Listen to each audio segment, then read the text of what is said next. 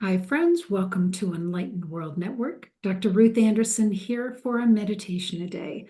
Today, I have the profound honor of bringing you Dr. Nancy Tarr Hart. She's going to be providing a meditation for us, and I can't wait for you to meet her. Nancy, thank you for being here. Thank you for having me. It's always a pleasure, Dr. Ruth. You bet. All right, I'm going to get out of your way and let you take over. Hello, everybody. As this is being recorded, it's a kind of anxious, not kind of, it is an anxious time. It's also Halloween, so happy Halloween. I don't know when you'll be hearing this, but happy All Hallows Eve to each and every one of you.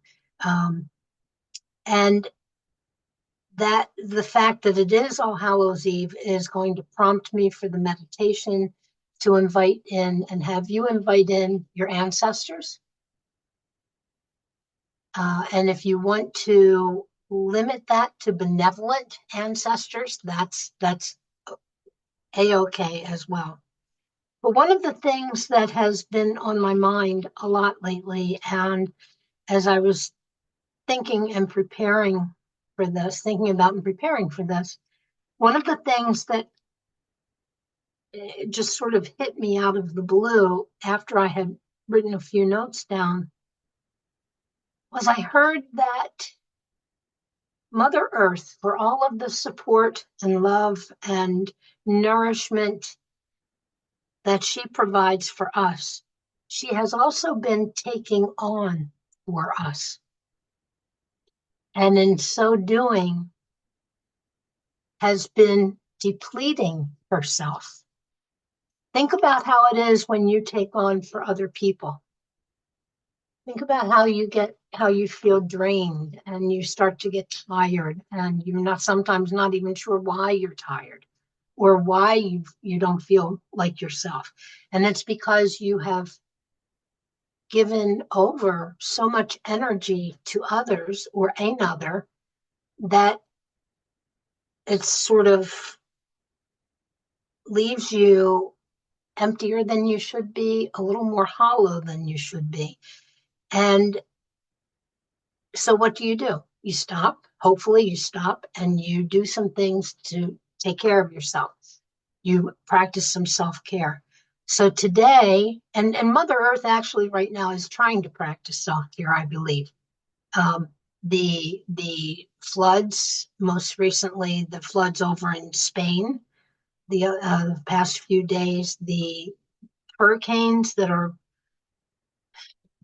millions of, that's an exaggeration, but millions of times stronger. I mean, look at what's happened in North Carolina, Asheville, up in the mountains. Mountains don't have floods like that in North Carolina. So the earthquakes, the number of earthquakes that are occurring, and so she's been trying to get our attention. She's been trying to say, hey, wait a minute, guys, I can't continue taking on everything for you. And so what I would like to do today is I would like us to help her out. I would like us to turn ourselves into, in a sense, massage therapists or sound therapists, healing touch, energy healers, however you want to envision yourself. And this is something too that I think that once we go through it, you're going to be able to do this on your own. And I kind of do it. Um, I've been doing something similar to this for the past couple of years, and I didn't realize. I thought I was doing it for the life on the planet. I didn't realize that it really was also for the planet. So this will be for the planet, and as a bonus, it goes to all life on the planet.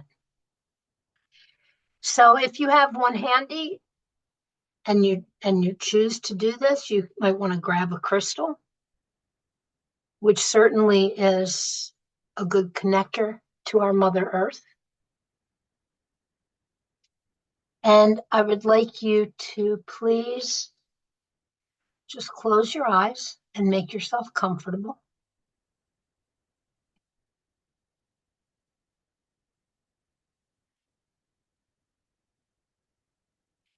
And I'd like us to call in the divine feminine to help to guide us in our actions.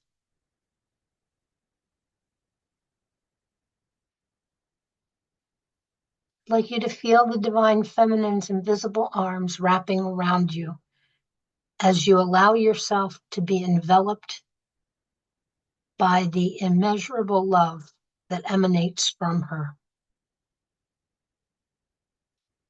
Sink into that embrace as you continue to be blanketed in the rose, moss green, and golden healing energies she provides.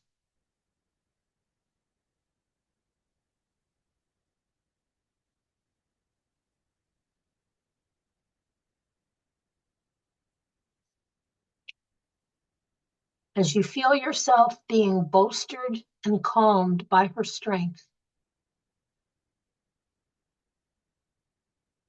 I want you to listen so that you can hear her whispers of assurances that you are safe, you are protected, and you are supported.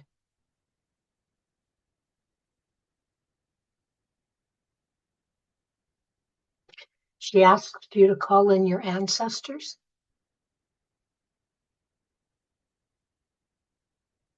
and your guides and the angels that you work with,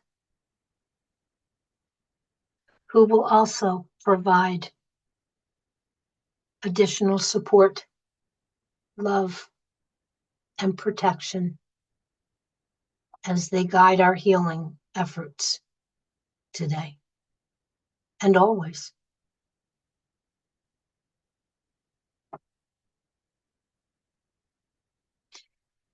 The divine feminine asks that you now turn your love and attention to our Mother Earth, Gaia.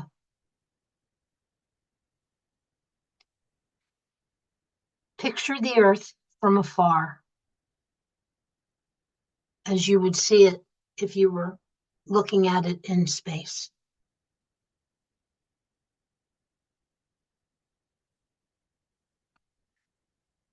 Wrap the earth in golden and diamond white light.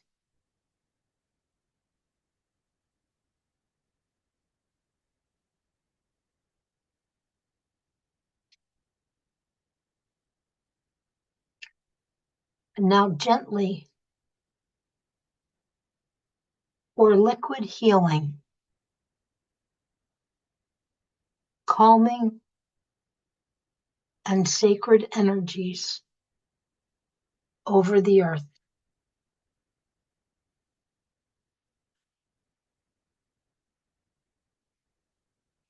You can pour over the soft rose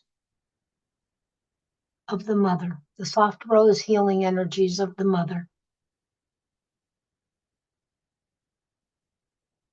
the violet energies of Saint Germain, the moss green healing energies of the divine feminine and the mother, the light blue healing energy of Mary, the mother of Jesus,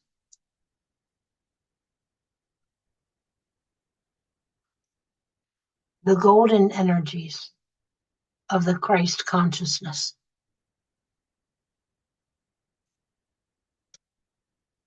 and the master healer turquoise energies.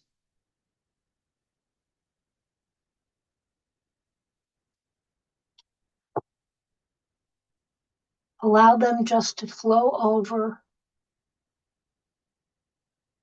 And if you feel like repeating any one of them, please do.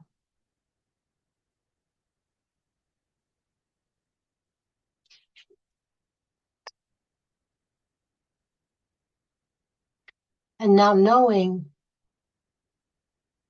that these healing energies are not only going to Mother Earth, but are also going to all life that she supports. Wrap her with copper, with the copper energy that bolsters and energizes each one of those healing energies.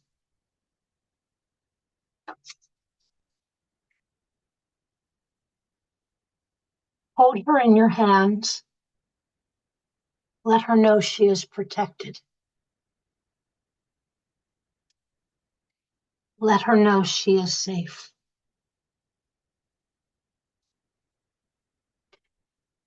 Tell her how very much she is loved.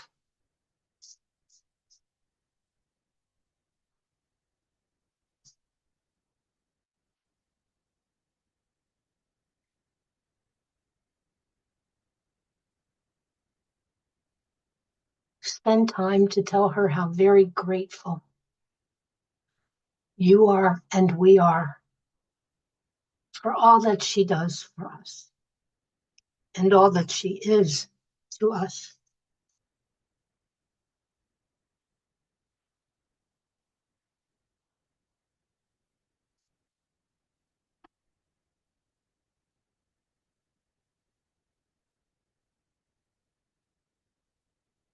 Give her a gentle reminder that she needn't take on and reflect all of humanity's issues of negativity.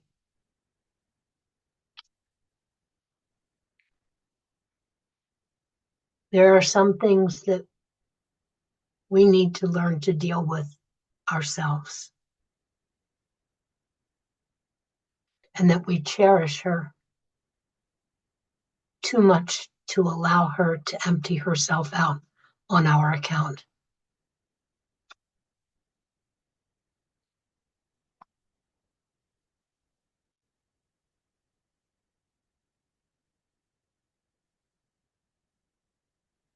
Tell her again how much she is loved, and that we promise to do a better job of taking care of her and helping her to heal.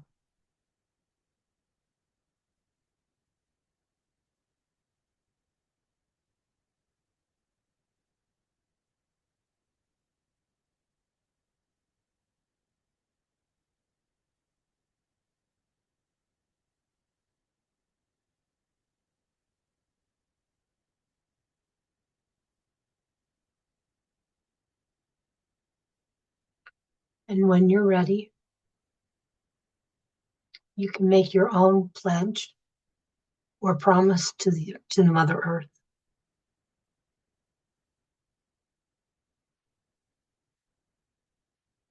Thank the Divine Feminine, your ancestors, the angels, the archangels,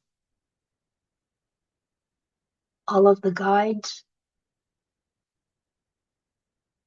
who were here working with us today.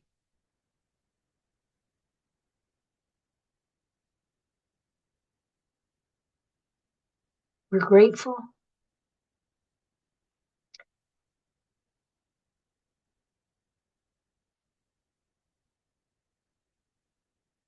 And with one more wrap of love around the Mother Earth, knowing that it's going out to all life on Earth.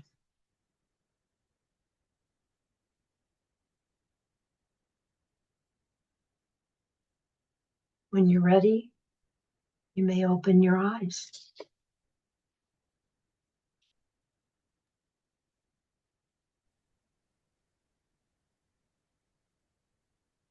Nancy, thank you. That was really profound. Thank you. Yeah. I almost didn't get through it.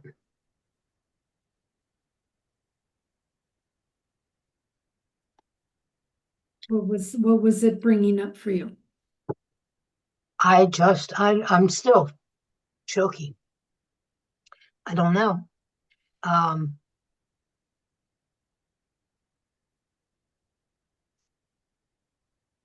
I keep hearing, I can't believe that somebody finally noticed. Mm. Thank you for noticing. Thank you for seeing me. Thank you for hearing me. Sorry. No, no, no.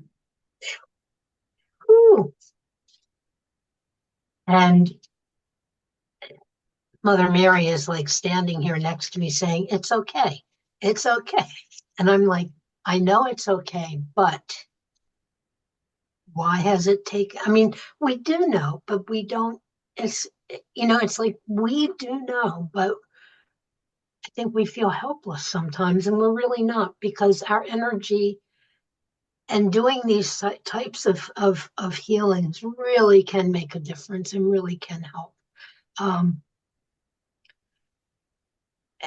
and also Mary Magdalene has just now appeared in the room, and I rarely get appearances from her.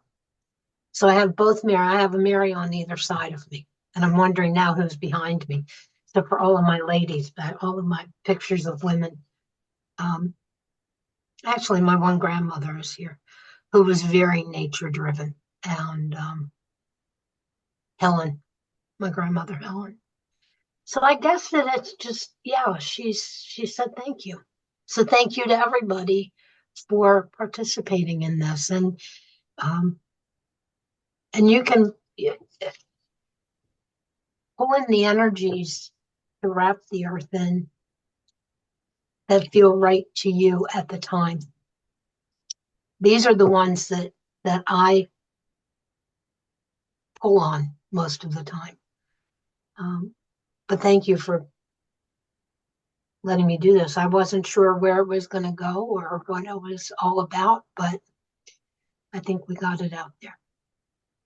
The words that came to me during it was, we don't know our own power. We don't, and I'm speaking for light workers and for myself. I experience it when we're doing it, and I don't think to do it at other times. It's like I need to give myself a reminder. I have a globe in my office. I'm going to pull it down and I'm going to make it an active part of my Okay. meditation time. I just don't think to do it. And I mentioned this to you earlier. Um, for those of you of a certain age, you might remember the Sherwin-Williams paint commercial with the can of paint that the paint enveloped the earth, and just sort of, that's what I see when I do this. So if that's an image that helps you with the globe in your office. The other thing is we don't realize, and I'll tell you two very quick instances. I got called into a supervisor's office once because we don't realize our own power for the positive, but we also don't know how powerful we are with the not so positive. And that seems to be what she's taking on for us. Imagine if that was all left unchecked, right? She's checking a lot of it for us. But I was called into a supervisor's office, and she said, look, she said, I know, she said, I've watched you. I know that you don't realize that you're doing this. She said, but she said, you can change the entire room that you're in. She said, if you're in a good mood, everybody around you is in a good mood. If you're not feeling like yourself, everybody's not feeling like themselves. I said, oh, come on. She said, no. She said, you are powerful. Now, this was when I was like 28 or so, because I had just gotten divorced. And she said, and when you're in a bad mood, she said, oh boy. She said it the whole office. And I said, I don't think so. Well, as I got older, I realized that that probably was right. That I have an energy that can work for better or for worse. And in one of my first stage shows, it was Hello Dolly, and the director, who was one of my teachers, said to me, "Okay, I don't know what's going on here." He said, "But when you come into this, come in during this scene," he said, "when Nancy enters a room," he said, "she doesn't enter a room, she flames into it." He said, "Now, as Dolly, when you should be flaming into the room, you're walking in, you're just entering." He said, "Forget being Dolly." He said, "Just be Nancy and flame into that room." Wow. And I thought, what is he talking about? And I'm thinking now, okay, well, I was 17. And so words that I still remember that he said that to me. And we negate our power. We negate our strengths. And as I said, for positive or for not positive. So yes, to imagine even 10 people doing this once a month, the difference that that would make, just to, if nothing else, just to hold her and say, "I'm going to try to protect you. I love you. And you don't have to do this." Because imagine, and maybe part of it was because I do that so often for other people. And maybe that's what I was hearing. So maybe somebody was trying to get me that message, which is, it's really okay. You don't have to do this all the time. Yeah, beautiful. And for those of us like you, like me, like many of the viewers, I'm sure, are caretakers who feel and know that part of our job has been to help others. And sometimes it means to take on for others because they're not strong enough or they're not well enough. Or so it wasn't just her that was hearing that was being heard. It was all of us that were being heard too. Yeah. So that's I guess why maybe it was nice to hear somebody say, I hear you. Oh gosh, I'm being heard." Yeah. The other thing that they told me was, as we know, you can't destroy energy, but you can transmute energy into love. And so that's what I was hearing to do, was to focus on transmuting the energy that the earth has been taking on into love. Mm-hmm. Into love and light. Yeah, absolutely. Well, and this is something I don't, how we're always told, take a deep breath in and then on as you're breathing out, release anything that no longer serves you. I learned I did it automatically one of the first times I meditated, and I told my friend about it, and she said, "Well, who taught you how to do that?" And I said, "I don't know. I just felt like it was the right thing to do." I released it to the universe to be transmuted into love and light for anyone and make it available for anyone who needed it. She said, "I've never done this." She said, "I've been meditating for like 40 years." She said, "It never occurred." So I think to myself too, oh, look at all that stuff that people are releasing out that's just kind of hanging out there. So yeah, transmuting, asking, and we can do that ourselves too. We can help her to do that. We can throw these energies in, we can throw light in, and we can throw love in. Love is powerful. Yeah. Friends, if you want to So know, that's my 10 cents worth. I love it. Friends, if you want to know more about Nancy Tarr Hart, she is an author. She is a teacher. You can tell she just oozes wisdom. Nancy, what would you like folks to know about you? I did theater for a long time. I've had many varied business life experiences. I worked in medicine enough to be dangerous administratively. Currently, I just started teaching a medical ethics course online that I designed for the university where I was working, because I did go to school late in life and then ended up getting my PhD in religious studies, and then ended up teaching philosophy. So that was fun, and that was quite life altering.